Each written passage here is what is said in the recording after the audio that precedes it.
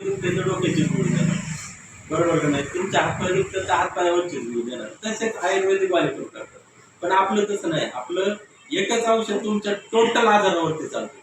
Total तुमच्या केसापासून तर पायाच्या नाकापर्यंत एकच औषध. भले ते तुम्ही चेहऱ्याला लावू शकता, कोणाला फिंगर इन्फेक्शन झालं त्याला लावू शकता, सोरायसिस झालं त्याला लावू शकता, तेच औषध प्यायचं तेच लावायचं.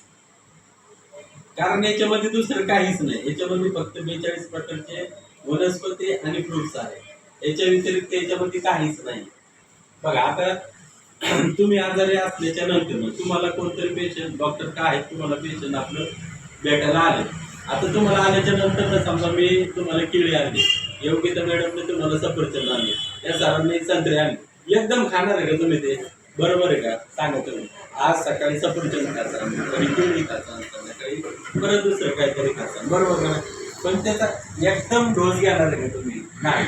बरं आता याच्यात मला सांगा, शेवगा तुम्ही रोज खाता, शेवग्याने तुम्हाला आजार पडला का आतापर्यंत काही? नाही. बरं रोज कालवणामध्ये हळद टाकतं त्याने आजारी पडला का तुम्ही? रोज फळं खातात, रोज खात नाही आपण, बरोबर का नाही? आजारी पडलं किंवा बाजारचा दिवस असेल त्याच वेळेस आपण खातो. मग त्याने तुम्हाला कधी काय होतंय का? नाही. पण गंमत अशी की याचा सगळ्याचा अर्थ तुम्ही ज्यावेळेस वन टाइम घेता ना, तर तुमच्या शरीरामध्ये जे पण पेशी काही कमी असते तर त्या भरून काढण्याचं काम ते करत आहे. आणि सगळ्यात महत्वाचं जो पण आजार आहे, किती पण मोठा आजार असो तो टोटली रिकवर करण्याचं काम करतो.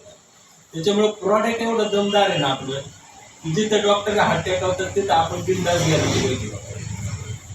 नाही का? ते म्हणले ना स्टॅम्प पेपरवर ते लिहून द्या तरी आपण देऊ. कारण तुम्हाला सांगतो रिझल्टच त्याची तशी. सगळ्यात महत्वाचं की आपण 6 महिन्याच्या बाळाला देतोय. 6 महिन्याच्या बाळाला जर काय होत नाही तर कोणालाच काय होत याची पण गॅरंटी.